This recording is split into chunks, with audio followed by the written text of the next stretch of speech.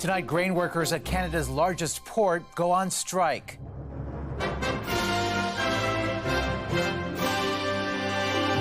Anxious farmers in the thick of harvest season. We've got a backlog of grain to get out of here. And the potential impact at the grocery store. Canada is the third largest exporter of wheat in the world, so it's a big deal. A Canadian says his parents are among civilian casualties in Lebanon. It's devastating for the family. As Israel and Hezbollah trade fresh strikes, sparking a panicked exodus. A Canadian man's pursuit to prove his innocence. It's extremely stressful to think that my name's being used.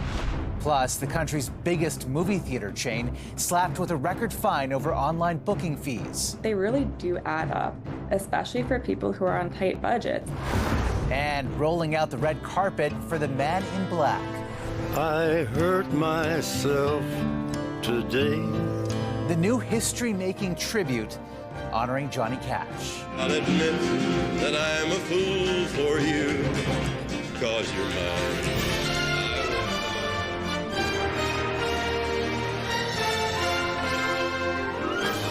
CTV National News with Omar Sachedina. Good evening, everyone. Canada's biggest port is now the site of a strike by hundreds of grain workers that could be potentially crippling for farmers just as they are trying to get their product to market. They don't like us! We don't care! Among the issues, wages, scheduling, and benefits. And if the stoppage persists, the industry warns there could be significant economic consequences, halting nearly 100,000 metric tons of grain, resulting in a loss of $35 million in potential exports daily. CTV's Kathy Lee starts us off with efforts to break the stalemate. 6 grain terminals in Vancouver are the portals to moving commodities out of the country. Now they've been paralyzed after more than 600 workers went on strike Tuesday morning. We have not been able to reach a conclusion to this contract, and it's due largely to the employer dragging their heels. At issue, wages, scheduling, pensions, and benefits. The employers have offered 5%, 4%, 4%, and 3% over the next 4 years of increases. The work disruption significant. More than half of all Canadian grain passes through the terminals. That's $35 million a day. Canada is the third largest exporter of wheat in the world, and wheat represents about 20% of all calories consumed around the world. Farmers are reeling, still dealing with the aftermath of a work stoppage at CPKC and CN last month. And the strike is another blow to their livelihood. We've got a backlog of grain to get out of here, and we're trying to make decisions at the end of a harvest. Leroy Newman's largest customer is China. He's worried about the country's reputation with ongoing labor disputes. They were upset about the rail strike and us being a reliable country for delivering grain, and here we are again, another trade problem. The Labour Minister says both sides have agreed to resume contract negotiations with federal mediators. We need to find a better path forward, and I think that's where the government comes in to create policies and put forward legislation that creates a better way forward. Farmers won't be the only ones impacted. Experts say if the strike lasts more than a week, consumers could see higher grocery prices and empty shelves. Kathy Lee, CTV News, just south of Calgary. Overseas, an Israeli airstrike killed a senior Hezbollah leader in Beirut today as cross-border attacks by both sides show no signs of stopping. The death toll has surpassed 550. And today, CTV News spoke to a Canadian man who says his parents were killed while trying to flee the violence in Lebanon. CTV's Heather Wright reports. Smoke billows in southern Lebanon today after a wave of Israeli airstrikes against Hezbollah targets left villages smoldering and many families grieving. It's devastating for the family. Kamal Tabaja says his mother and father were among those killed on Monday. This is what's left of their BMW after it was hit in an airstrike. Hussein and Dad Tabaja lived in southern Lebanon, but were also Canadian citizens who moved to Ottawa in the 90s to raise their 6 children. Tabaja says his parents spent hours in traffic trying to flee and blames the Israeli Defense Forces for not giving them enough time. Global Affairs Canada says they are aware of the deaths of 2 Canadians and are closely monitoring the situation. Hezbollah and Israel have been engaged in cross-border fighting for nearly a year after the Iran-backed militant group began firing rockets into northern Israel in solidarity with Hamas. Israel stepped up its campaign last week, first with the pager and walkie-talkie attacks, and then with a barrage of strikes yesterday. Today, Israeli Prime Minister Benjamin Netanyahu urged Lebanese civilians to, quote, rid themselves of Hezbollah. Hezbollah's capacity to respond to a major military strike or to launch one of their own, I think, has been seriously degraded. Still, the group has a significant stockpile of weapons, launching a number of rockets into northern Israel today. Thousands of Israelis have been evacuated from their homes for nearly a year. Israel's stepped-up campaign is an effort to allow them to return home. And while there have been no boots on the ground in Lebanon so far, some believe a ground offensive is inevitable. Hezbollah will not lay down its arms. Hezbollah will not withdraw from the south. I see a ground offensive in the making. The Department of National Defense says there are roughly 50 Canadian Forces members in the region. They are helping Global Affairs with contingency planning in the event the situation in Lebanon deteriorates further. Heather Wright, CTV News, Toronto.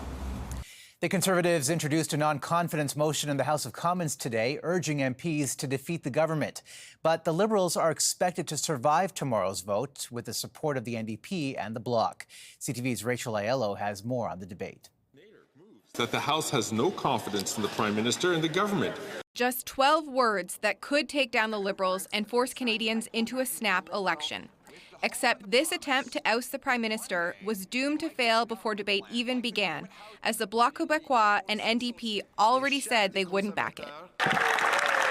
Undeterred, Conservative leader Pierre Poilievre kicked off today's debate on his motion of non-confidence with a campaign-style pledge to restore the Canadian promise. That promise, after 9 years of the NDP Liberal Prime Minister, is broken.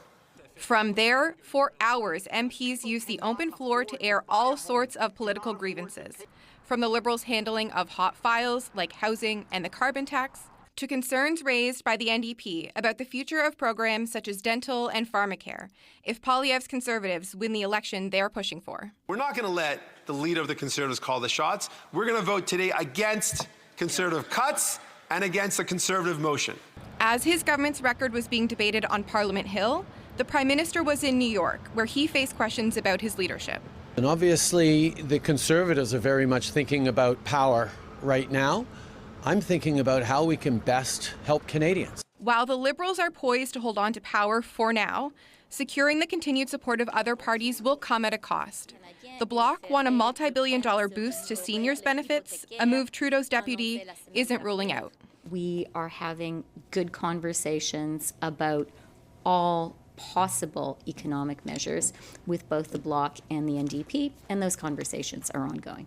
MPs will vote on the confidence motion tomorrow, and while it is not expected to pass, Poilievre will have more chances. There's another Conservative opposition day on Thursday, and 3 more to come before Christmas.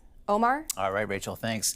Last night in New York, the Prime Minister appeared on The Late Show with Stephen Colbert, where the host asked Trudeau about why he felt support for him has dropped. People are frustrated, and you know, the idea that that maybe they want an election now is something that my opponents are trying to bank on, because you know, people are taking a lot out on me for understandable reasons. I've been here and I've been steering us through all these things, and people are sometimes looking at change. In New York today, Trudeau met with Ukraine's president on the sidelines of the UN General Assembly.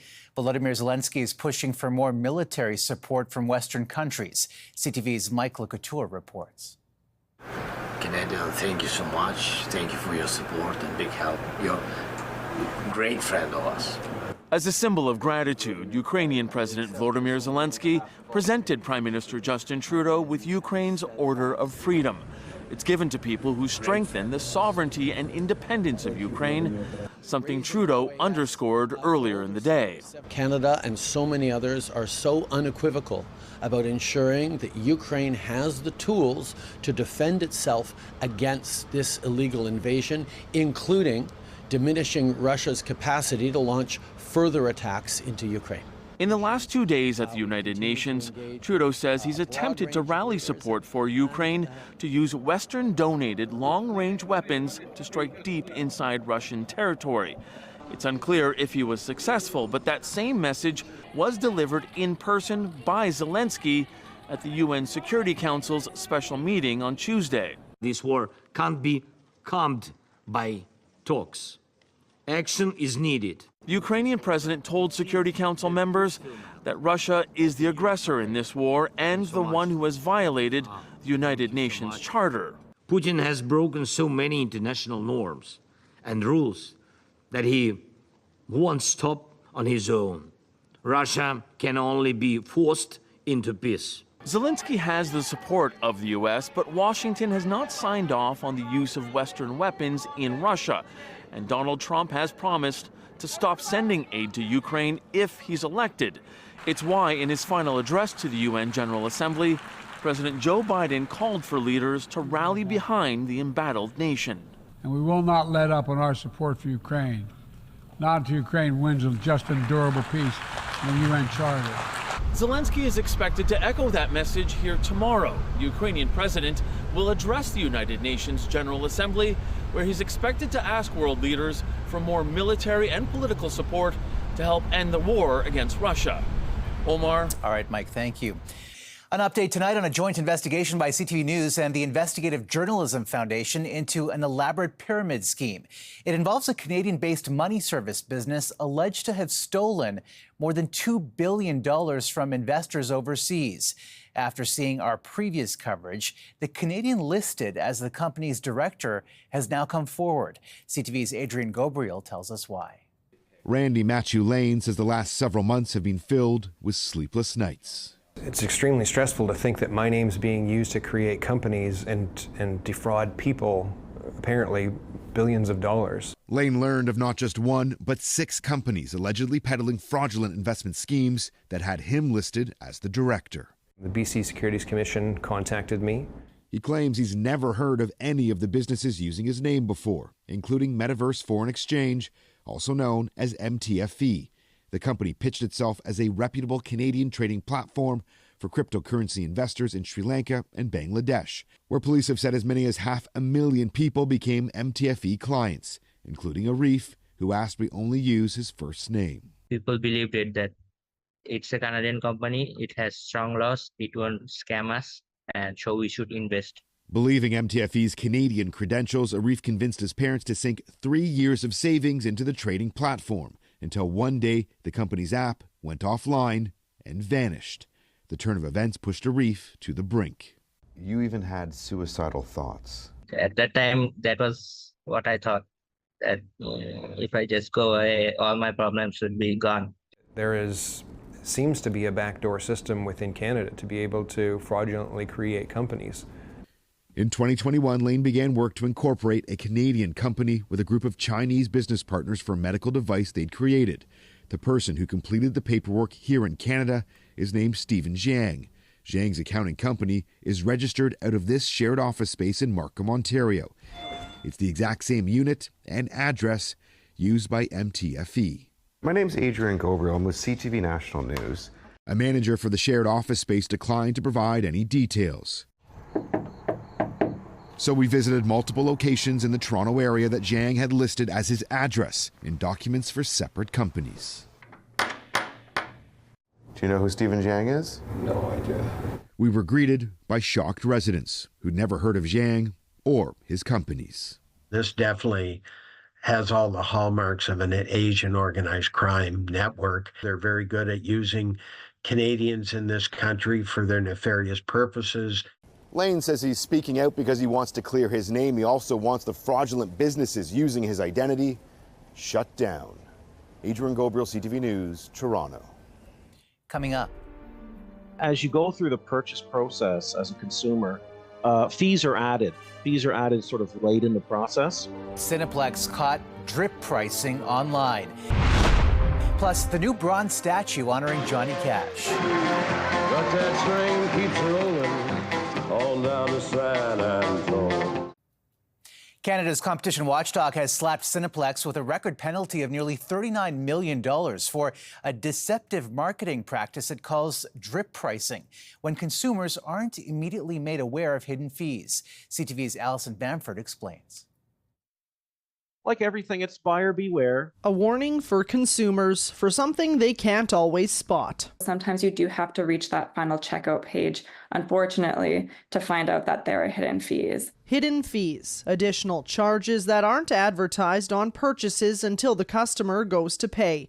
It's a practice known as drip pricing, and it's illegal in Canada. It might seem like hidden fees are a couple extra dollars here or there, but they really do add up, especially for people who are on tight budgets.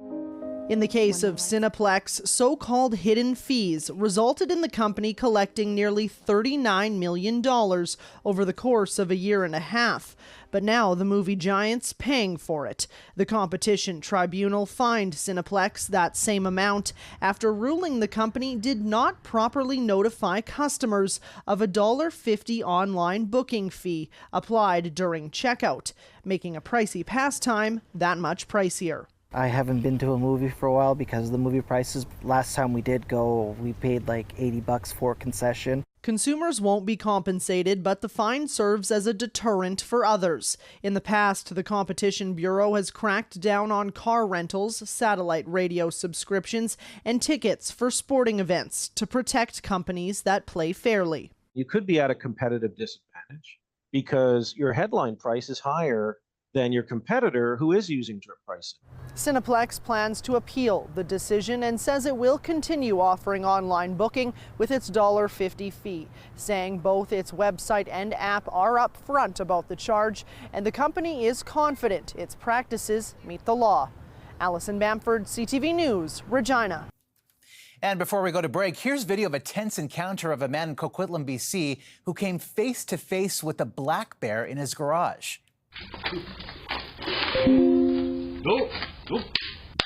The footage shows the animal charging at the man multiple times as he claps his hands and slowly backs away towards his SUV parked in the driveway. Once he gets inside, he honks his horn and scares the animal and what appears to be a nearby cub away from the property. Stayed pretty calm. Still ahead, the rising threat of toxic battery fires.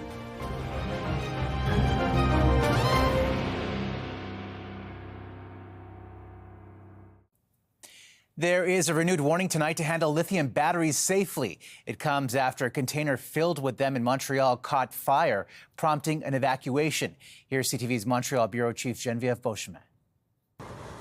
The smoke has cleared, but the fire in the Port of Montreal has sparked concern. Firefighters doused a container filled with 15,000 kilograms of lithium batteries for 12 hours. It smelled like toxic gas, says this woman, and it was very intense. The fire department says lithium battery fires are tough to put out, in part because of what's called thermal runaway. Started fire and goes to the next battery. That's a chain reaction process. And experts say those investigating the cause here need to look at issues like whether the container was stored too long in the heat. Earlier this year, fire safety associations issued warnings about the growing threat of battery fires. Toronto saw 55 in 2023, a 90% increase from the previous year. So far this year, images have circulated of factories burning down in South Korea, of pets chewing battery packs, igniting a devastating home fire in Tulsa, Oklahoma. Batteries are inherently unstable. This expert says that, in fact, the technology continues to improve, but that with so many cell phones, e-bikes, and cars all around, volume is the issue. And the batteries today are safe, but because everybody now is excited, there is so many manufacturers, and quality control becomes critical. Firefighters in Montreal are focusing this year's Fire Prevention Week on battery fires, including storage and handling. And not buying batteries on internet, on things like that. And maybe you may save a couple of dollars, but if the battery goes on fire, you're gonna lose everything. The Association of Chemists says this should ring alarm bells with governments to ensure there's proper storage and transport of chemicals. Geneviève Beauchemin, CTV News, Montreal. A stunning revelation from NFL Hall of Famer Brett Favre today. I've recently been diagnosed with Parkinson's. The brain disorder causes unintended or uncontrollable movements. A 2020 study revealed a single concussion increases the risk of developing Parkinson's disease by 57%. After the break. I keep a close watch on this heart of mine. A special statue pays tribute to Johnny Cash. I keep the ends out for the tie that binds. Because you're mine, I walk the line. The statue of an American professional musician is now the first to stand tall in a venue typically reserved for famous politicians, trailblazers, and activists, the U.S. Capitol. And in so doing has become a symbol of the power of song to unite. CTV's Washington Bureau Chief Joy Malbin reports. I hear the train a-comin', it's rolling around the bend. His songs, part of the American culture, Johnny Cash sang about pride in his country, poverty and prison, of great suffering and loss. I hurt myself today.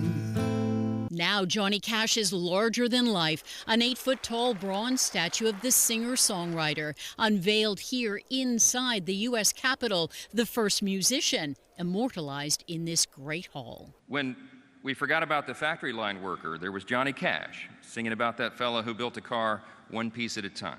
Snoop Doggy Dogg put it a different way. He called Johnny Cash a real American gangster. With a Bible in his hand and a guitar slung across his back, sculptor Kevin Cressy brought Cash to life. Such a divided country right now. I think that to have Johnny Cash installed just, a couple month or two before one of the most contentious elections in our history, I love that his message is all about love. His sister Joanne touching the statue for the first time, and daughter Carlene Carter says her dad would be humbled. I think he would just be breathless over the fact that there's a statue of him in Emancipation Hall. The son of a poor farmer who rose to fame, inducted into the Country and Rock and Roll Hall of Fame, Cash sang it all. His struggles with addiction, who gave voice to the downtrodden. This man was a living redemption story, and we did and do love him so dearly. As states like Arkansas replace their century-old statues, some depicting leaders with a racist past, in their place now, inspirational Americans and civil rights leaders, shoulder to shoulder now with the musical legend who stands tall in the heart of the U.S. Capitol. Joy Malbin, CTV News, Washington. What a tribute. That's a snapshot of this Tuesday for all of us at CTV National News. Thank you for watching. Good night, and see you tomorrow.